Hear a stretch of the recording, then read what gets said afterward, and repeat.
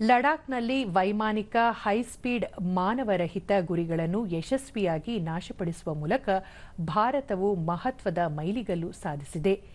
ಇದು ಭಾರತೀಯ ಸೇನೆಗಾಗಿ Akash prime weapon system ನವೀಕರಿಸಿದ ರೂಪಾಂತರವಾಗಿದೆ.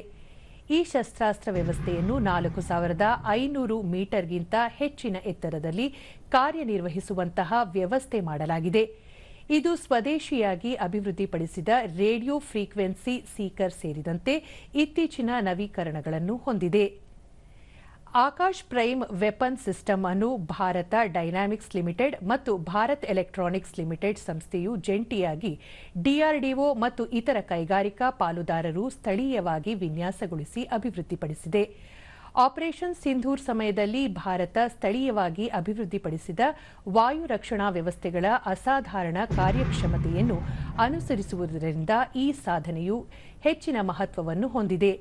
ಜಾಗತಿಕ ರಕ್ಷಣಾ ಮಾರುಕಟ್ಟೆಯಲ್ಲಿ ಗಮನ ಸೆಳೆಯುತ್ತಿರುವ ರಾಷ್ಟ್ರದ ಕ್ಷಿಪಣಿ ಅಭಿವೃದ್ಧಿ ಕಾರ್ಯಕ್ರಮಗಳಿಗೆ ಇದು ಒಂದು ಪ್ರಮುಖ ಹೆಜ್ಜೆಯಾಗಿದೆ.